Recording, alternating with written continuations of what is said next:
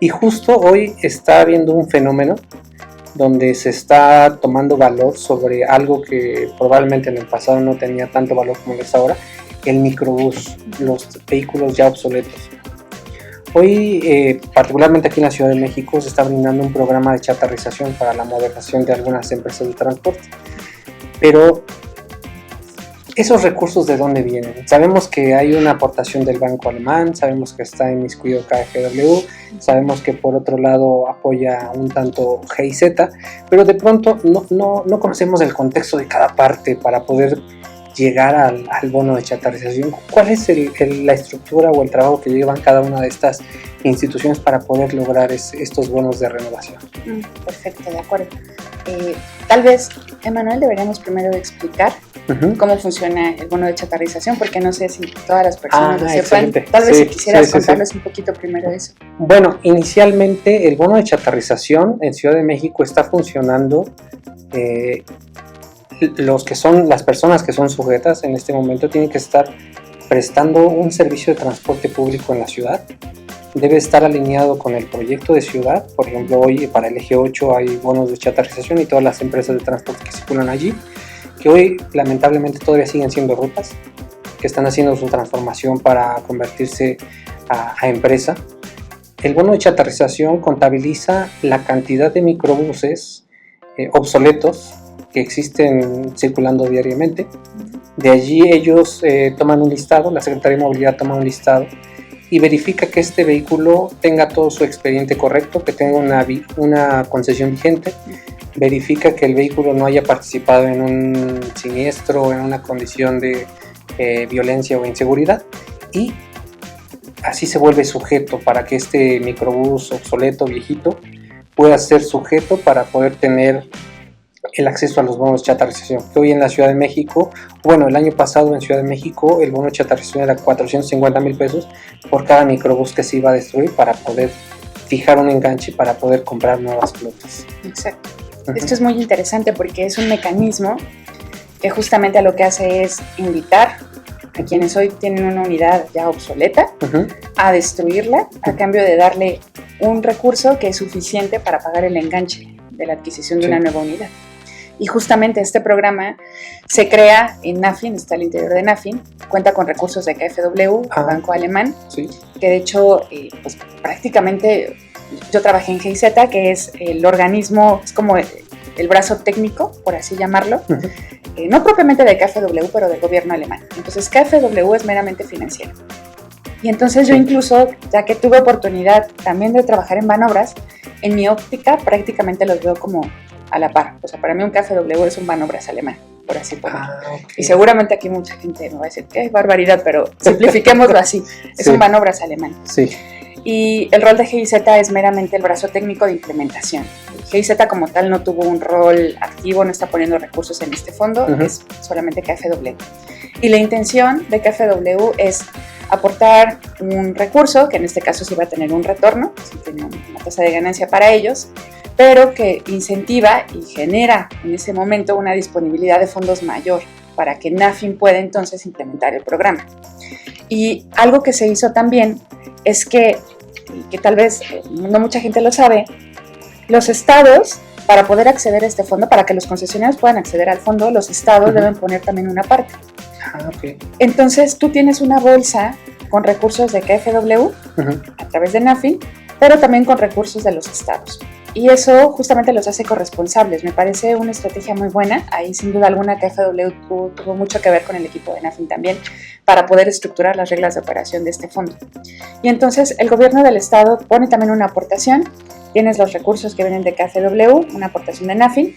Y entonces ahora sí, los concesionarios pueden acceder a este 20% más o menos de la adquisición de un bus nuevo, siempre y cuando destruyan esa unidad que hoy ya es obsoleta. Me parece una forma no solamente de intentar mitigar el problema de financiamiento que tenemos, sino que en paralelo estamos sacando de circulación todas estas unidades que no hacen más que, primero, contaminar de inicio, aunque estén dando un servicio de transporte público. Primero, contaminan.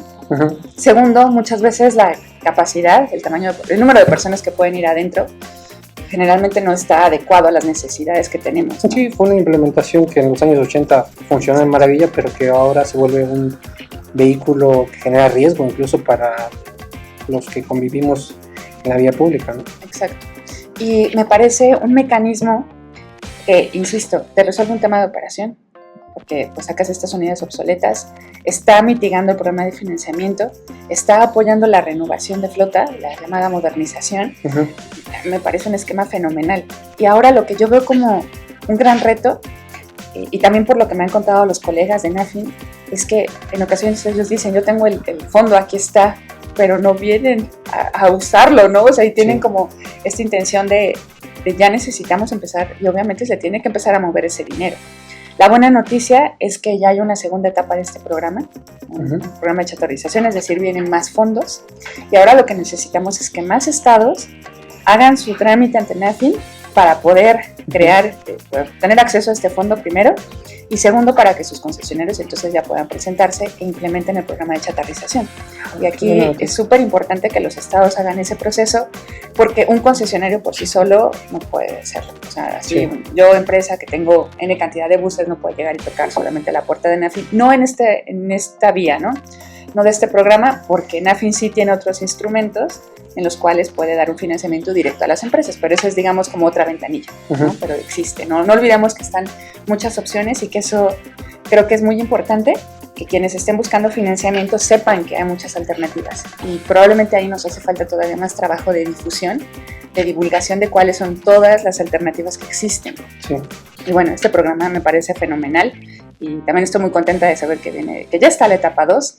Y bueno, pues es más bien que los estados empiecen a utilizarlo, que se acerquen a NAFIN. Ahí llamo un comercial a que se acerquen a NAFIN. El gobierno alemán apoya a otros países no solo en transporte público, tiene un trabajo muy intenso en temas, por ejemplo, ambientales, ¿no? En temas de cambio climático, hace muchas cosas también en derechos humanos, por ejemplo, en temas de gobernanza. Acá tienes a un KfW, que es una institución financiera puramente, o sea, ellos lo que están viendo al final sí es un retorno, porque ellos sí tienen un retorno, a diferencia de lo que hablábamos de Banobras, que sí tiene un mecanismo de fondo perdido, que es un dinero que no regresa. En el caso de KfW sí hay un interés, y sí regresa un interés como tal, o sea, un interés sobre el dinero que está poniendo, entonces sí le regresa. Sin embargo, el gobierno alemán tiene muchos otros mecanismos de ayuda internacional, como es el caso de GIZ. Entonces ahí sí plenamente es un apoyo a los gobiernos de otros países para desarrollar ciertos temas. Y bueno, aquí podemos hablar pues de filantropía, por ejemplo, pero también podemos hablar de compromisos internacionales. Por ejemplo, la Unión Europea tiene este compromiso de destinar un porcentaje del PIB a temas ambientales. Y si tú tienes un gobierno que está apoyando la reducción de emisiones contaminantes en otros países, puede contabilizarlo como su aportación. Entonces, de fondo, sí creo que hay un tema de filantropía, pero sí no olvidemos que hay un tema de interés de contarme probablemente estos beneficios ambientales a lo que yo tengo como compromiso de aportar frente a la Unión Europea, y también existe sí este beneficio económico, que finalmente te ofrecen tasas que deben ser más competitivas que lo que tienes frente a otros bancos, por ejemplo, una banca comercial u otros organismos, ¿no? Como un Fondo Monetario Internacional, por ejemplo. Entonces, al final, son acuerdos entre países, cooperaciones que se hacen, y yo sí creo que la cooperación con Alemania es bastante fuerte y a la vez bastante estratégica, porque el gobierno alemán está apoyando el desarrollo de México en ciertos puntos muy estratégicos. Por ejemplo, hablando de nuestros temas, ¿no? De movilidad. La ley de movilidad y seguridad vial, que tiene pocos años y que bueno, ahora ya se está permeando a los estados, es resultado de la colaboración de muchas instituciones, entre ellos sí de la GIZ, es decir, el gobierno alemán estuvo también involucrado en este proceso. De hecho, uno de los primeros borradores sale justamente de la cooperación internacional. Y eso es algo que no se dice mucho, no se anuncia. Me parece que en general de los organismos de cooperación internacional hay una posición de ser discretos, y sí apoyo al gobierno, pero obviamente pues la rectoría la tiene el gobierno mexicano, ellos solamente están apoyando, y ahí hay muchos organismos que participan. Porque yo recuerdo, ¿no?, que también para la primer flota eléctrica del Metrobús estuvo participando arduamente también GIZ. También ustedes hicieron la revisión del anexo técnico del Metrobús y se hizo la evaluación de las tecnologías, ¿no?, que tan viable. Entonces, esa participación dentro de los primeros proyectos de Metrobús igual vienen con apoyo del gobierno alemán. Totalmente. GIZ es un organismo del gobierno alemán, opera con fondos del gobierno alemán tal cual, la verdad, o sea, son fondos que provienen de los impuestos de los ciudadanos alemanes. Y desde el gobierno alemán se decide hacia qué líneas de acción se va a destinar ese dinero que se va a la cooperación internacional.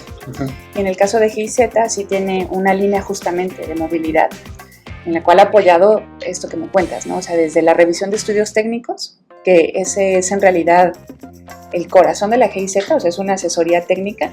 GIZ no da recursos así en directo, no da dinero a los gobiernos. GIZ apoya a los gobiernos en temas técnicos y justo hace revisiones, puede contratar asesorías específicas, puede dar acompañamiento técnico. Es la verdad una función muy interesante porque incluso permite a los gobiernos estatales y municipales tener contacto con expertos internacionales. Sí. Y esto lo hace sin ningún costo, porque no es que el gobierno le tenga que pagar a GIZ, de ninguna forma. Es una cooperación internacional, entre comillas, una ayuda, si lo queremos ver así, del gobierno alemán al desarrollo del gobierno mexicano. Y están muy delimitados incluso los temas en los que se participa. Entonces eso se deriva en realidad de conversaciones entre los gobiernos. Existen mesas en donde tienes a la Secretaría de Relaciones Exteriores, a Gobernación, con los representantes del gobierno alemán y deciden en qué temas se van a trabajar juntos y de qué monto es la ayuda. Y a partir de ahí pues viene ahora sí, vámonos a una revisión de qué hacemos justamente con normas técnicas, de qué hacemos con anexos técnicos, de qué hacemos con proyectos específicos, ¿no? Y pues sí, es de esa manera que GIZ está apoyando en la parte de la asesoría técnica. Yo al inicio veía el tema de transporte, sobre todo el transporte público, como un tema muy técnico. Y ya te platicaba hace ratito, fuera de cámara. Era un tema de número de unidades, capacidades, frecuencias, kilómetros recorridos, velocidades comerciales, técnica así como matemática pura, no ruda. Sí. Y está genial, es la base de... Pero conforme fueron pasando proyectos en mi vida y conforme yo fui creciendo con los proyectos también, me di cuenta que hay muchos otros temas involucrados. Y uno de ellos que siempre me ha atraído es el tema justamente de género, y de cómo las mujeres viven de manera distinta la experiencia del transporte público. Y justamente en GIZ yo trabajé en un gran programa, un proyecto que se llama, todavía existe, se llama Tránsito, un proyecto de transporte público. Y ahí tuve oportunidad de trabajar en diferentes temas, uno de ellos el desarrollo de este protocolo para la prevención del acoso. Al final se llamó Protocolo para la Prevención y Atención del Acoso. Y justamente fue el diseñar cuál debería ser la respuesta de todos los integrantes ante un hecho de acoso en el transporte público. Y esto empezamos desde la gente que está sentada al lado, el propio conductor, el policía de la estación, las autoridades propiamente, en este caso de un Mexibus, qué pasa con las autoridades estatales, incluso qué pasa con las otras secretarías, ¿no? Tienes una secretaría de seguridad, por ejemplo, Sí. Tienes algunos, incluso institutos ciudadanos. Entonces, ¿cómo deben actuar y cuál es el encadenamiento de comunicación y de acción frente a un hecho de acoso? Es algo que escapa más allá de la operación, o sea, no tiene que ver con si yo estoy cumpliendo mi programa operativo, si yo estoy pasando en tiempo, si me estoy estacionando en la estación donde dije, a la hora que dije. Tiene que ver propiamente con la experiencia de viaje, que muchas veces eso te cambia totalmente el moverte del punto A al punto B, el cómo te mueves, el qué tan seguro te sientes tú moviendo. Y más como mujeres, la experiencia es diferente. Sobre todo, Emanuel, yo muchas veces he pensado en la agresividad del transporte público. Y a veces usar el transporte público se puede tornar en una situación agresiva, de agresión para los usuarios. Eso no debería ser así, porque la función, y más nosotros que estamos involucrados en temas de movilidad, no solo es garantizar que el bus pase a tiempo, que pase por donde debe pasar, que te lleve a donde te debe llevar, sino que te lleve con seguridad. Y la seguridad implica desde que no vayas a tener un accidente, que no choque, que no suba alguien a robarte, hasta temas ya propiamente de confort, ¿no? O sea, hoy hay discusiones y ustedes, como equipo, por ejemplo, tienen ingenieros que están pensando en cómo diseñar los asientos. Sí. Esa es una discusión que debemos tener y que hay tantas cabezas que están involucradas, tantas personas, y no olvidemos que al final lo que se está transportando son personas. Y la experiencia de viaje también debe ser agradable, no deberíamos sufrirlo. Moverte en transporte público no debería ser algo que sufras. Y yo creo que hoy todavía en México lo estamos sufriendo.